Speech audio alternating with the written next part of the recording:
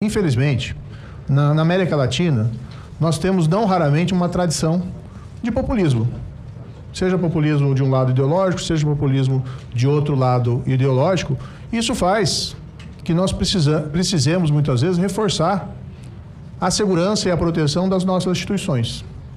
Se não nos faltássemos razões para a PEC, aqui, com todo respeito a quem dela discorda, hoje tivemos um exemplo. Porque hoje nós vimos um ataque do presidente da República, um ataque pessoal, contra o presidente do Banco Central às vésperas de uma reunião do Copom.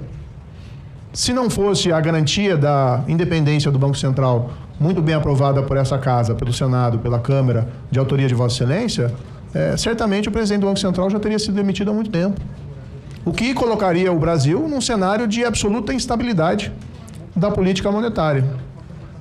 A forma como eu entendo a PEC, ela visa reforçar a autonomia do Banco Central. Nós ouvimos há pouco aqui do senador Sérgio Moro que essa questão do Banco Central transcende uma questão de governo.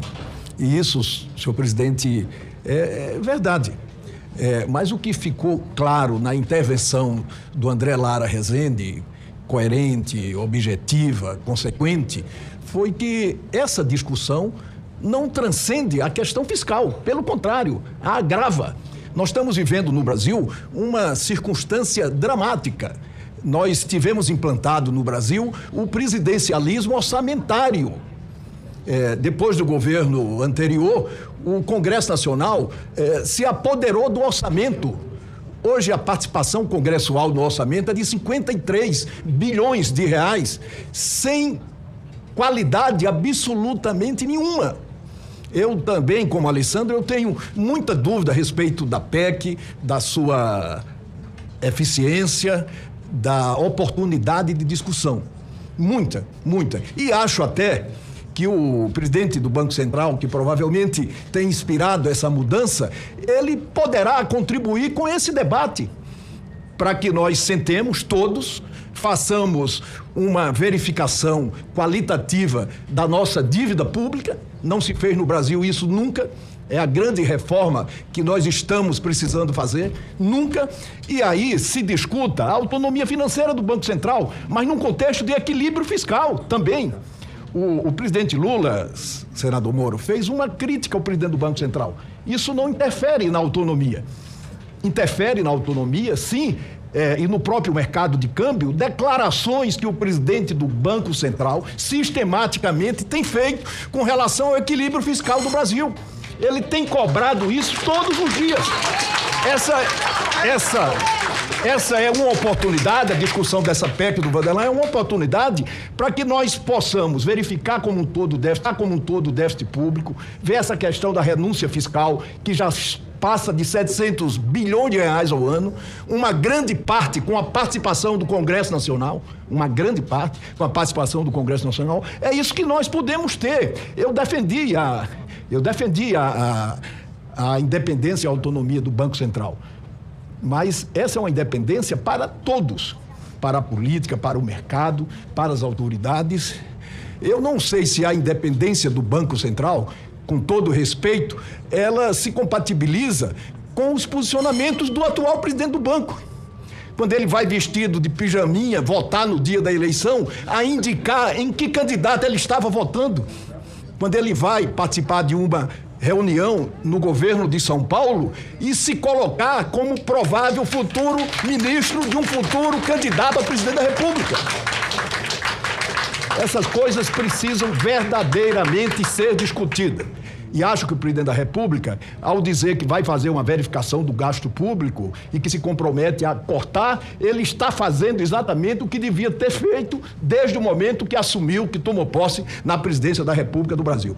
Eu quero aqui, nessas poucas palavras, deixar, a exemplo do Alessandro também, as minhas dúvidas com relação à oportunidade de aprovação desta PEC, em que pese o mérito, sobretudo da iniciativa do senador Vanderlan. Como o presidente da República foi citado, já hoje pela segunda vez na minha presença pelo senador Moro, eu quero reprisar as palavras do senador Renan.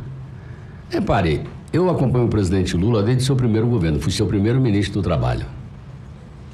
Ele contratou escalou para ser presidente do Banco Central nada mais, nada menos que um ex-dirigente do Banco de Boston. Então não me parece que essa pessoa estava disposta a fazer populismo de esquerda ou de direita. Ele colocou um homem que conhece a matéria e que é fiscalista, como tocou o banco. E vou contar experiência pessoal. Eu, ministro do Trabalho, primeiro ano do governo do presidente Lula, 2003, eu vou lá cobrar o nosso compromisso de campanha de dar um aumento real ao salário mínimo. Falo eu com o ministro do Trabalho, falava o ministro da Fazenda, Palocci, e falou também o presidente do Banco Central. O presidente Lula ouviu a todos e optou por uma saída conservadora. Não deu 1 centavo de aumento de ganho real ao salário mínimo. Segundo ano, 2004, eu ainda ministro do Trabalho. Volta-se à mesa do presidente da República, o mesmo debate. Que reajuste vamos fazer ao salário mínimo? Eu, de novo, cumprindo minha tarefa como ministro do Trabalho, demandei um aumento com ganho real. Falou o ministro da Fazenda, falou o presidente do Banco Central, arbitra o presidente da República. Arbitrou pelo conservador. Não deu pelo segundo ano consecutivo ao ganho real ao salário mínimo. Eu voltava à minha Bahia e tinha que explicar para o meu povo, do meu partido, que ele não tinha ido para a direita, que ele estava sendo apenas responsável e cauteloso, porque sabia o que poderia acontecer se exagerasse na dose do gasto. O resto das histórias, Vossas Excelências conhecem, como ele saiu do governo, como ele ultrapassou esse período todo. Então, não busquem ali um irresponsável fiscal. Não busquem ali um responsável fiscal. Não existe essa figura na cabeça desse senhor chamado Luiz Inácio Lula da Silva. A única coisa que ele diz é que ele não vai botar o torniquete na área social como foi colocada durante 4 anos do governo anterior. Não há populismo, presidente Plínio. Não há populismo aí. Vou repetir, o presidente do Banco Central durante 4 anos foi Henrique Meirelles e teve total autonomia sem que a autonomia formal tivesse sido declarada à época. Eu prefiro ficar no campo que Vossa Excelência disse. Vamos ver como melhorar e não a gente cair em algo que acaba inviabilizando o debate, nos cegando, que é o debate meramente ideológico, se é populismo, se não é populismo. O presidente, como já disse o senador Renan, fez críticas a algo que eu acho que não é pertinente à liturgia do cargo de presidente do Banco Central. Não me conste que o presidente do Banco Central nos Estados Unidos saia em favor de quem quer que seja participando de ato político. Não é próprio do presidente da República, não do presidente do Banco Central. Então, se a autonomia é para isso, ela está sendo mal utilizada. Então, não estão compreendendo o que quer dizer a autonomia do Banco Central. Então, é só para deixar claro que o presidente Lula vai continuar respeitando a responsabilidade fiscal, respeitando agora. Não foi o presidente Lula. Nos primeiros meses do primeiro ano desse governo Lula, foi o presidente Lula e mais a torcida do Flamengo, do Vitória, da Academia, do Mercado Financeiro, da Febraban, que achava que os juros mantidos estão altos. Como hoje o juro neutro calculado pela própria equipe do Banco Central é da ordem de 8,5, nós estamos a 10,5, ou seja, aplicando uma política claramente contracionista. Vou repetir, quem está dizendo o número não sou eu, é o Banco Central. O juro neutro é 8,5, nós estamos trabalhando com 10,5. Tudo bem, é a política que foi adotada, mas se não for contracionista é o quê? Obrigado, senador Jacques Wagner. Senador presidente.